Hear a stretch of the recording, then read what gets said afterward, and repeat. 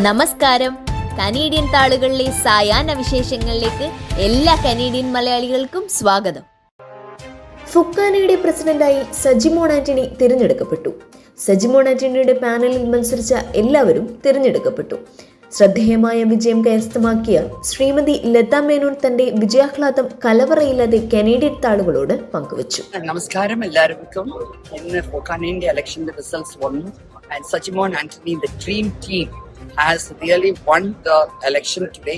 And majority of votes നിന്നാണ് അത് win ചെയ്തത്. ഞാനും അതിൽ നിന്ന് നാഷണൽ കമ്മിറ്റി ആയിട്ട് അത് മത്സരിക്കുന്നുണ്ടായിരുന്നു. ഇന്നിന്റെ വിജയം ഉണ്ടായിരുന്നു. And definitely we all one together as an united team. And കാനഡയ്ക്ക് നിന്ന് റെപ്രസെന്റ് ചെയ്യുന്നത് ഞാനും സോമൻ സെക്രട്ടറിയും ഉണ്ടായിരുന്നു. അത് നമ്മൾ രണ്ടുപേരും വൻ വിജയത്തിൽ നമ്മൾ ജയിച്ചു. ഫൊക്കാനയുടെ തിരഞ്ഞെടുക്കപ്പെട്ട എല്ലാ പുതിയ ഭാരവാഹികൾക്കും കനേഡിയൻ താളുകളുടെ ആശംസകൾ. LCBO സമരം ഒത്തുതീർന്നു.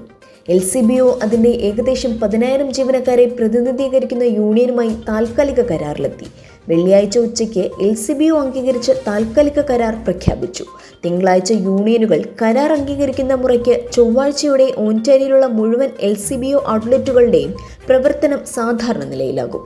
കനേഡിയൻ വിപണി നിയമങ്ങൾ മാറ്റിയെഴുതാൻ പുതിയ ഗ്രോസർ കോഡ്.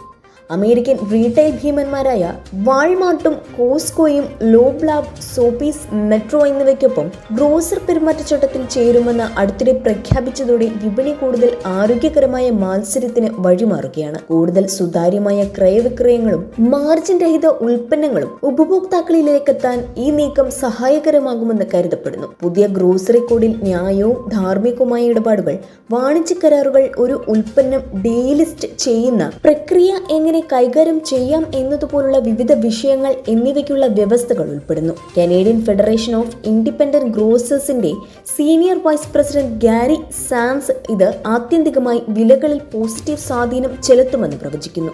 ഗ്രോസർ കോഡ് നടപ്പിലാക്കിയ മറ്റ് രാജ്യങ്ങളിൽ വില ഗണ്യമായി കുറഞ്ഞെന്നും കാനഡയിലും അത് സംഭവിക്കുക തന്നെ ചെയ്യുമെന്നും അദ്ദേഹം പ്രത്യാശ പ്രകടിപ്പിച്ചു.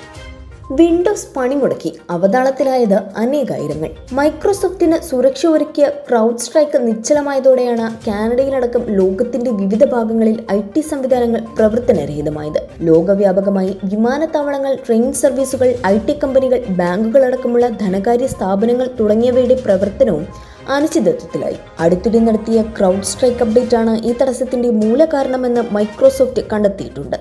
കമ്പ്യൂട്ടറുകൾ അപ്രതീക്ഷിതമായി ഷട്ട് ഡൗൺ ആവുകയും സ്വമേധയാ റീസ്റ്റാർട്ട് ആവുകയും ശേഷം ബ്ലൂ സ്ക്രീൻ മുന്നറിയിപ്പ് കാണിക്കുകയാണ് പലയിടത്തും ഉണ്ടായത്. അതേസമയം കാനഡയെ കൂടാതെ ആഗോളതലത്തിൽ നിരവധി കമ്പനികളെയും ബാങ്കുകളെയും സർക്കാർ ഓഫീസുകളെയും ഈ പ്രശ്നം സാരമായി ബാധിച്ചുവെന്നാണ് റിപ്പോർട്ടുകൾ വ്യക്തമാക്കുന്നത്. ഇന്ത്യ, ഓസ്ട്രേലിയ, ജർമ്മനി തുടങ്ങിയ രാജ്യങ്ങളിലെ IT സേവനങ്ങൾ സ്തംഭിച്ചുവെന്നാണ് സൂചന.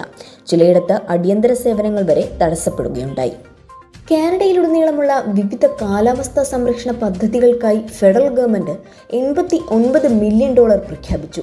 2030 രാജ്യത്തിന്റെ 30% ഭൂമിയും വെള്ളവും സംരക്ഷിക്കുക എന്ന ലക്ഷ്യത്തോടെ സർക്കാർ പ്രവർത്തിക്കുന്നതിന് 10 ഹരിതഗൃഹ വാതക ഉദ്വമനം കുറയ്ക്കുന്നതിനുള്ള പദ്ധതികൾക്കായി ഫെഡറൽ ഗവൺമെന്റ് $89 മില്യൺ വകയിരുത്തുമെന്ന് പരിസ്ഥിതി മന്ത്രി സ്റ്റീഫൻ ഗിൽബോർട്ട് ബ്രിട്ടീഷ് കൊളംബിയയിൽ പ്രഖ്യാപനം നടത്തി. വെള്ളപ്പൊക്കം, വരൾച്ച, കാലാവസ്ഥാ വ്യതിയാനങ്ങൾ എന്നിവ മൂലമുണ്ടാകുന്ന മറ്റു ദുരന്തങ്ങൾ എന്നിവ തടയുന്നതിലേക്ക് തുക സമർത്ഥമായി വിനിയോഗിക്കപ്പെടുമെന്നും അദ്ദേഹം അറിയിച്ചു. വേണോ നമ്മൾ സ്ത്രീകൾക്ക് വിവാഹം? വേണ്ട. ഒരു സ്ത്രീയും അവരുടെ ധനം ആർക്കും നൽകിയിട്ട് വിവാഹം ചെയ്യരുത്. അവർ നിങ്ങളെ ഉപേക്ഷിച്ചു പോയാൽ ധനം വാങ്ങി അവർ ജീവൻ എടുപ്പിക്കും. ഒരിക്കലും ഒരു സ്ത്രീ വിവാഹം കഴിക്കരുത്. വരുന്നവർ എങ്ങനെയാണ് ട്രീറ്റ് ചെയ്യുക എന്ന് പോലും അറിയാതെ ജീവനെടുക്കാൻ സാധ്യതയുള്ള സ്ഥലത്ത് നിന്നും എത്രയും വേഗം. സ്ത്രീധനത്തെക്കുറിച്ചും ഭദ്രവീട്ടിൽ നേരിടുന്ന പ്രശ്നങ്ങളെക്കുറിച്ചുമുള്ള ചലച്ചിത്ര താരം ഭാമയുടെ വാക്കുകളാണിത്. താരത്തിന്റെ ദാമ്പത്യ ജീവിതത്തിലെ അസ്വാരസ്യങ്ങൾ മുൻപും വാർത്തയായിരുന്നു. ഇന്നത്തെ കനേഡിയൻ സായാഹ്ന വിശേഷങ്ങൾ ഇവിടെ അവസാനിക്കുന്നു. ഇത് നിങ്ങളിലേക്ക് എത്തിച്ചത് Polaris General Brampton, Lata Menon barrister solicitor of Menon law professional corporation, Kerala curry house Mississauga, Joju Augustine real estate broker, Gopinathan Ponmanadiyil, Rudraksha gem expert. എല്ലാവർക്കും നല്ലൊരു സായാഹ്നം നേർന്നുകൊണ്ട് കനേഡിയൻ താളുകൾക്ക് വേണ്ടി ഗാഥ പ്രകാശ്. കൂടുതൽ കനേഡിയൻ വിശേഷങ്ങൾക്കായി ഞങ്ങളുടെ YouTube ചാനൽ സബ്സ്ക്രൈബ് ചെയ്യാൻ മറക്കരുതേ.